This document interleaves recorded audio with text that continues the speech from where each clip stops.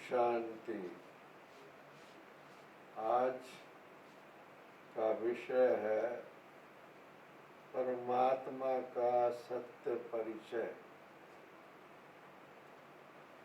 ये हमारा जो आध्यात्मिकता है उसका पाठ 2 है, भाग 2 है। परम पिता परमात्मा का सत्य परिचय। क्योंकि ये हम सब जानते हैं कि आज सारी दुनिया में ईश्वर है, भगवान है, परमात्मा है, ये विश्वास 90% से भी ज्यादा भाई बहनों में है। किसी भी देश में, जाति में, भाषा में, सोकार धर्म जिसे हम कहते हैं, जहाँ भी आप देखेंगे अलग अलग तरीके से ईश्वर को मानते हैं, विश्वास रखते हैं, अलग अलग तरीके से। भले उनका जो ईश्वर को मानने का या प्रार्थना करने का, पूजा करने का, उसमें अपना विश्वास प्रकट करने का वो अलग अलग विधि अलग अलग हो सकती है, अलग अलग है, हो सकती भी नहीं बल्कि हम कहेंगे कि विधि अलग अलग है। मगर ये विश्वास है कि ईश्वर है। कोई उसको भगवान कहता है, कोई ईश्वर कहता है, कोई गॉड कहता है, कोई वाहिगुरु कहता है, कोई अल्लाह कहता है, और भी भिन्न भिन्न नाम, भिन्न भिन्न तरीके से आप देखेंगे कि अपनी भावनाओं को व्यक्त करते हैं भाई बहने। बहुत विश्वास है, मगर देखिए विश्वास तो है, ठीक है, मगर वो कौन है? जब ये प्रश्न पैदा होता है वो कौन है, तो उसको जानना भी तो चाहिए ना, समझ भी तो होनी चाहिए कि वह है कौन। जिसको हम मान रहे हैं, जिसमें विश्वास रख रहे हैं, तो उसको समझ भी तो होनी चाहिए कि वह है कौन। जब ये प्रश्न आता है तो मैंने देखा है इसका उत्तर आप देखेंगे बहुत ही अलग अलग तरीके से आप देखेंगे इसके उत्तर मिलते हैं। बहुत से भाई बहने हैं धर्म वाले और भी कई धर्म वाले भी कि ईश्वर निराकार। अच्छा भाई, निराकार का क्या भाव है? तो नाम रूप से न्यारा है। निराकार नाम रूप से न्यारा है। अच्छा, अब दूसरा देखो, अब दूसरे आपको कैटेगरी में दूसरे बहुत से ऐसे बहन भाई मिलेंगे जो कहेंगे कि नहीं, सभी उसके ही नाम रूप है। एक कहते हैं नाम रूप से न्यारा है, दूसरे कहते हैं सभी में, सभी उसका ही तो है बस। जहाँ देखते हैं तो ही तू है। अब ईश्वर कौन है? नहीं, कौन है का जवाब नहीं देंगे। ईश्वर सर्वव्यापी, सब जगह है, सब जगह है, पर कौन है? सब जगह है ना, बस ये उत्तर देते सब जगह पर है। अब कोई कहते हैं कि वो सदा ही निराकार है, निराकार नाम रूप से न्यारा, और कोई कहते हैं नहीं, वो साकार में आता है, अवतरण, अवतरित, अवतार, और कोई कहते हैं उसके 24 अवतार। तो इसलिए कि आप देखेंगे कि ईश्वर, फिर पूछेंगे ईश्वर एक है, ईश्वर एक है, God is one, God is one, ये भी मानते हैं। मगर आज देखेंगे कि बहुत भिन्नता है। जो आज ईश्वर के बारे में लोगों की मान्यताएं हैं, विश्वास है, बहुत ही भिन्नताएं हैं। अब कहाँ आप देख ली को निराकार है, नाम रूप से न्यारा, कहाँ सब उसी के ही रूप है। तो इसलिए अगर इस बात को अगर हम देखेंगे, और ये भी हमारा विश्वास है कि ईश्वर सर्व प्राप्तियों का सोर्स है, सबका वो भंडार है, सुख का, शांति का, ज्ञान का, हर चीज का वो भंडार है, और वो दाता है, पिता है। पिता का मायना क्या है? पिता का मायना कि जो उसका भी वर्ष उसके पास प्रॉपर्टी है, ये सुख शांति की, वो हम बच्चे हैं उसके। तुम्हें माता से पिता कहते हैं, तुम मात पिता हम बालक तेरे का क्या भाव है कि हम उसकी संतान हैं। अब संतान होने के नाते से हमारा अधिकार है कि जो उसके पास चीज है वो हमारा अधिकार है। अब ठीक है, हमारा अधिकार है, पर उसकी विधि क्या है देने की। इसलिए जब तक हम उसको जानेंगे नहीं, मानना अलग चीज है, अच्छी बात है, मगर अगर जानेंगे नहीं तो उससे संबंध कैसे जोड़ेंगे? कहते सर्व संबंध ईश्वर के साथ है, तो वे माता से पिता सब सर्व संबंध है। तो संबंध जोड़ने के लिए तो परिचय तो चाहिए ना, वो कौन है, वो समझ तो चाहिए ना। इसलिए जो है उसको जानना, मानने के साथ साथ जानना बहुत आवश्यक है। मन बुद्धि एकाग्र कैसे होगी हमारी कि भगवान की तरफ मन एकाग्र करो, भगवान को याद करो। सभी लोग कहते हैं भगवान को याद करो, मन भगवान की तरफ लगाओ। लगाओगे किस में लगाना, किस में? अगर उसका परिचय ही नहीं, हमें समझ ही नहीं वो कौन है, तो मन एकाग्र। इसलिए मन भटकता है आज। जो बहन भाई कहते हैं कि हम बैठते हैं ईश्वर को याद करने, भगवान को याद करने। अच्छा, कोई जप का सहयोग लेता है, मंत्र का सहयोग लेता है, कोई गीत गाता है, कोई प्रार्थना करता है, अलग अलग तरीके से आप देखेंगे कि भगवान को याद करने के भिन्न भिन्न तरीके बनाए हुए हैं। अच्छा है, उसको कोई भी आप विधि से अपना करके, मगर वो ठीक है, मगर ये विधियां हैं कि हमें इस प्रकार से भगवान को याद करना है। अच्छा ठीक है, और जब तक यही पता नहीं को है कौन, मन एकाग्र होगा कैसे? मन तो जरूर भटकेगा। अभी हमने किसी व्यक्ति से मिलना है, उसका एड्रेस भी चाहिए, उसकी पहचान भी चाहिए, उसके बारे में थोड़ी बहुत समझ भी चाहिए। अभी तो हम उस व्यक्ति से मिल पाएंगे कि नहीं? नहीं तो हम कैसे मिल पाएंगे किसी से भी? इसी तरीके से भगवान को, ईश्वर को मानने के साथ साथ जानना जरूरी है। अब उसका जो सत्य परिचय है, ईश्वर कहता है मैं अपना परिचय स्वयं देता हूं। मेरा मुझे कौन जानता है?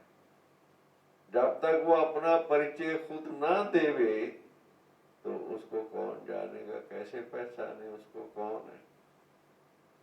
ये जितने भी आज भिन्नता के विचार हैं अब ईश्वर के बारे में, इसका कारण क्या है कि ये जो विचार हैं, क्योंकि जब भक्ति मार्ग आरंभ हुआ द्वापर से लेकर के, और लोगों के मन के अंदर अशांति पैदा हुई, विकार आ गए, कष्ट बढ़ने लगे, तो उस समय पर आत्माओं ने ईश्वर पिता की तरफ, जैसे कि उसकी तरफ आवाज पुकारना शुरू कर दिया कि ईश्वर ही हमें ये चीजों से बचा सकता है। ये लोगों का विश्वास था। देखिए, ईश्वर ही हमें सुख शांति, सच्ची सुख शांति दे सकता है। ईश्वर ही हमें इन विकारों से मुक्ति कर सकता है। विषय विकार मटाओ पाप हरो देवा। तो ईश्वर के विश्वास है कि ईश्वर ही ये हमारे अंदर करता है। मगर जो उस वक्त लोगों ने ईश्वर के बारे में अंदर में विचार करना शुरू किया, योगियों ने, तपस्वियों ने, धर्म धर्म पिताओं ने अलग अलग, उन्होंने जो ईश्वर के विचार में जो उनको समझ आया वो उन्होंने लोगों को अपने थॉट्स शेयर किए। तो कौन, वो विचार का आधार क्या रहा? जो भी आज ईश्वर के बारे में मान्यताएं हैं, विश्वास है, उसका आधार क्या है? उसका आधार है मनुष्य आत्माओं का विचार। चाहे वो धर्मात्मा थे, चाहे वो धर्म पिता थे, जो भी थे, मगर थे तो मनुष्य ना, देहधारी थे ना। उन्हों का विचार है, इसलिए भिन्नता है। अब किसी ने महात्मा बुद्ध का अपना विचार है, अब क्रिश्चियंस का अपना विचार है, सिख धर्म का अपना विचार है। तो ये जो अलग अलग विचार है, मोहम्मडन्स का अपना विचार है। तो ये जो अलग अलग विचार हैं, क्योंकि उनके जो विचार हैं वो देहधारियों ने, मनुष्य आत्माओं ने जो उनको समझ में आया, किसी ने तपस्या करके, किसी ने किस विधि से, जो उनको समझ आया उन्होंने दूसरों के साथ शेयर किया कि ईश्वर ऐसा होता है। मगर जो ईश्वर खुद बताता है ईश्वर क्या है, वो तो ईश्वर स्वयं बताएगा ना। अब जैसे हम आत्माएं हैं, ये सब मानते हैं कि ये शरीर है 5 तत्वों का बना हुआ, इसके अंदर चेतन शक्ति है, आत्मा है, ये मानते हैं। रूह, स्पिरिट है कोई अलग से। अब आत्मा जब शरीर से अलग हो जाती है तो ये शरीर को मृत्यु कह दो, आत्मा चली गई, निकल गई। तो चेतन शक्ति है, ये विश्वास है, चेतन शक्ति आत्मा है। और वो आत्मा आंखों से दिखाई नहीं देती है किसी ने को। जब आत्मा शरीर से जाती है तो दिखाई देती, किसी को दिखाई नहीं देता है, क्योंकि वो इन आंखों से देखने वाली वस्तु नहीं है। वो निराकार बना ज्योति स्वरूप है। निराकार का भाव यहाँ पर है, उसका कोई आकार या साकार नहीं है, मगर उसका ज्योति स्वरूप है, अपना निराकार ज्योति स्वरूप है। तो जैसे आत्मा निराकार और ज्योति स्वरूप है, तो परमात्मा, आत्मा परमात्मा, सोल, सुप्रीम सोल, क्या माना, वो भी आत्मा है, जिसको हम परमात्मा कहते हैं, ईश्वर कहते हैं, भगवान कहते हैं, गॉड कहते हैं। वो भी आत्मा है, मगर वो परम है, सुप्रीम है। आत्माएं जो है वो पुनर्जन्म में आती हैं, देह और देह के संबंध में आती हैं। परमात्मा इससे न्यारा है बस। तो इसलिए वो भी है, आत्मा है। निराकार का माना ये है कि वो कोई साकार या आकार नहीं है, उसका भी रूप ज्योति स्वरूप है, निराकार ज्योत स्वरूप। इसलिए आप देखेंगे कि हर कोई लाइट जलाता है, क्रिश्चियंस वाले देखेंगे लाइट को जला के रखते हैं अपने वहां पर, जो उनके धर्म के स्थान बने हुए हैं, गिरजाघर बने हुए, आप देखेंगे वहां पर वो ज्योत जगा के रखते हैं। महात्मा बुद्ध में भी मैंने देखा, बुद्ध धर्म वाले भी लाइट जला के, दीपक जला के रखते हैं। बहुत है जो दीपक को, रोशनी को मानते हैं कि वो निराकार भाव, उनका निराकार है, ज्योत स्वरूप है, ज्योत स्वरूप है। तो निराकार है, ज्योत स्वरूप है परमात्मा। और आप देखेंगे कि उसके जो भिन्न भिन्न स्थानों पर उसके यादगार, जो आदि में जब ईश्वर पिता के बारे में द्वापर के आदि में लोगों ने उसके अंदर उसका सर्व संकल्प चला कि वो कौन है, भगवान को पुकारना शुरू किया, तो उन्होंने उस समय पर उसको निराकार स्वरूप में ही याद किया था शुरू में। और उसके यादगार भी आप देखेंगे कि भारत के और विदेशों में भी कोने कोने में यादगार आपको निराकार के मिलते हैं, जो शिव प्रतिमा के नाम से जाना जाता है। वो शिवलिंग जिसे कह देते हैं, पूजा के लिए उन्होंने बड़ा रूप बना दिया शिवलिंग। शिव के मंदिर है, आप देखेंगे हर साल हम शिव जयंती भी मनाते हैं। और उसके यादगार में 12 ज्योतिर्लिंग जगह पर बड़े बड़े स्थान पर आप देखेंगे शिव के अंदर प्रतिमा शिव की है, मगर उनके नाम उनके अलग अलग है, कर्तव्यवाचक नाम है। कई दफा आप देखो अमरनाथ, कश्मीर के अंदर उधर जम्मू कश्मीर में ऊपर जाते हैं पहलगाम से, वहां पर अमरनाथ की यात्रा। फिर आप देखोगे इधर आप साउथ में चले जाओ तो सोमनाथ बहुत बड़ा यादगार है सोमनाथ। नीचे आप चले जाओगे साउथ में रामेश्वरम, राम का भी ईश्वर है वो शिव ज्योतिर्लिंगम, शिवलिंग है यादगार में।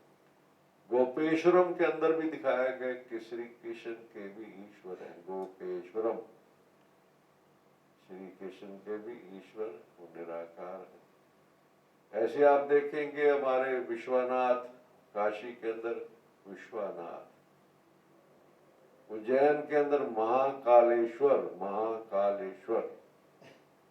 इस प्रकार आप देखेंगे। इवन आप नेपाल के अंदर जाएंगे काठमांडू में पशुपतिनाथ, अंदर में आप देखें प्रतिमा वही शिवलिंग की प्रतिमा है, यादगार है। तो इस तरीके से भिन्न भिन्न स्थानों पर उसके यादगार हैं और वो यादगार निराकार स्वरूप के हैं, मगर पूजा के लिए उन्होंने थोड़ा सा उसका रूप बदल करके, जैसे शिवलिंग का ताकि पानी चढ़ाना है, उस पर कुछ और करना है, पूजा करना है, तो इसलिए जो उसका जो वास्तव में ईश्वर पिता जो है शिव है ना, कल्याणकारी, शिव उसका नाम है, कल्याणकारी होने के नाते से इसलिए उसको कहते हैं शिव महा। तो शिव जो है निराकार उसका स्वरूप है, ज्योति स्वरूप है, नाम शिव है, कल्याणकारी है, क्योंकि इसलिए शिव का नाम है उसका। और वो निराकार ही जब पाप सृष्टि पर बढ़ता है तब वो निराकार साकार तन में आधार लेकर के फिर से पाप को अधर्म को समाप्त करने के लिए, क्योंकि ईश्वर जो सृष्टि पर आता है सत्य धर्म की पुनः स्थापना करने के लिए। जब पाप सृष्टि पर बढ़ता है, मैं पुनः सत्य धर्म की स्थापना के लिए मेरा अवतरित होता हूँ, मैं आता हूँ, साकार तन के आधार लेता हूँ। ईश्वर पिता के महावाक्य गीता के अंदर भी आप देखेंगे।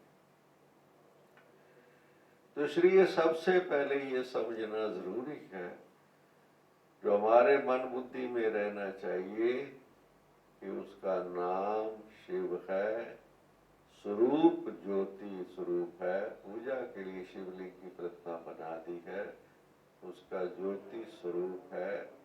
और जब पाप सृष्टि पर पड़ता है, क्या माना, जब कलयुग के अंत होता है तब वो सृष्टि पर साकार तत्व का आधार लेते हैं और अवतरित होते हैं और सत्य धर्म की स्थापना का कार्य करते हैं। तो इस प्रकार से उनका ठीक परिचय अच्छी तरीके से, वो कोई पुनर्जन्म में नहीं आता, उनका जन्म दिव्य और अलौकिक है, वो प्रवेश करते हैं। कोई जैसे कि गर्भ से गर्भ में होकर के जन्म होता है वो नहीं है, वो कोई देह और देह के संबंध में नहीं आते, उस प्रकार से उनका कार्मिक अकाउंट नहीं है, उनके को माँ बाप नहीं है, नहीं, वो तो सर्व के माता पिता है ना, सर्व आत्माओं के माता पिता है, उनका कोई माता पिता नहीं है दैहिक। तो इसलिए उनको उस तरीके से समझना, मन को एकाग्र करना।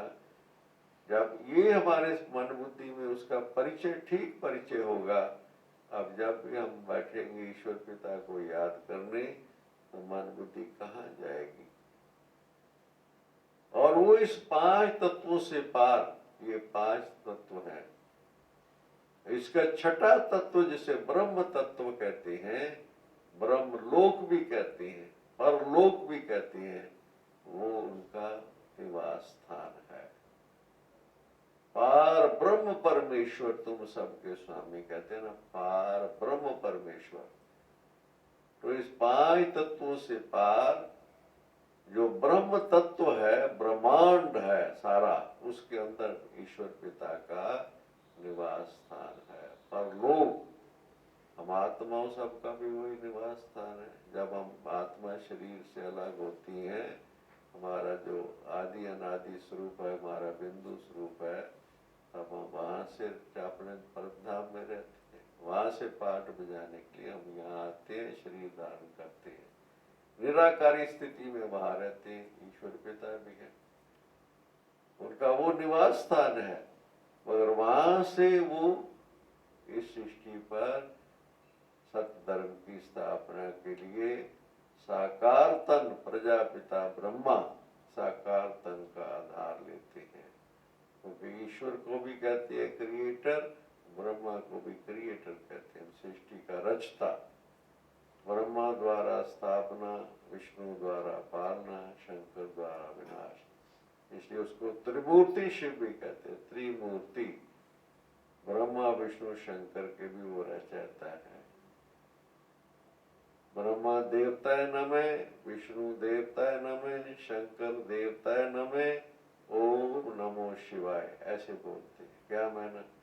ये तीनों भी देवताएं हैं, मगर परमात्मा वो इनका भी रचता है। त्रिमूर्ति शिव उसे कहते हैं।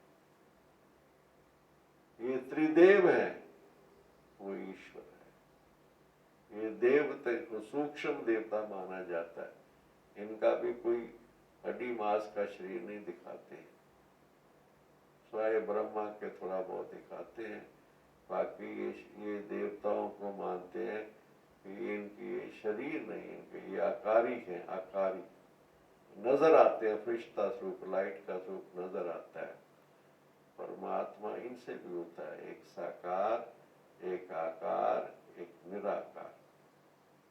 तो ईश्वर पिता निराकार है, ज्योत स्वरूप है, और वो साकार तन का आधार लेकर के और उदय पाप को खत्म करके सतयुगी सृष्टि का निर्माण करते हैं।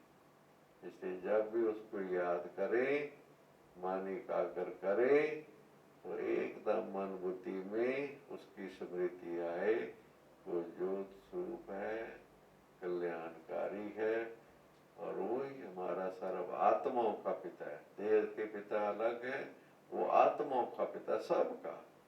इसलिए ईश्वर एक है, आत्माएं अनेक है। परमात्मा एक, आत्माएं अनेक। आत्माएं तो सारे, आप सारे विश्व के अंदर कितनी जनसंख्या है, सब आत्माएं हैं, शरीर धारण करके पाठ बजा रहे हैं, बिन नाम रूप से, बिन भाषा, बिन धर्म जाति अलग, ये आत्माओं का पाठ है। ईश्वर जो है वो एक है और निराकार है। ओम शांति, ओम शांति।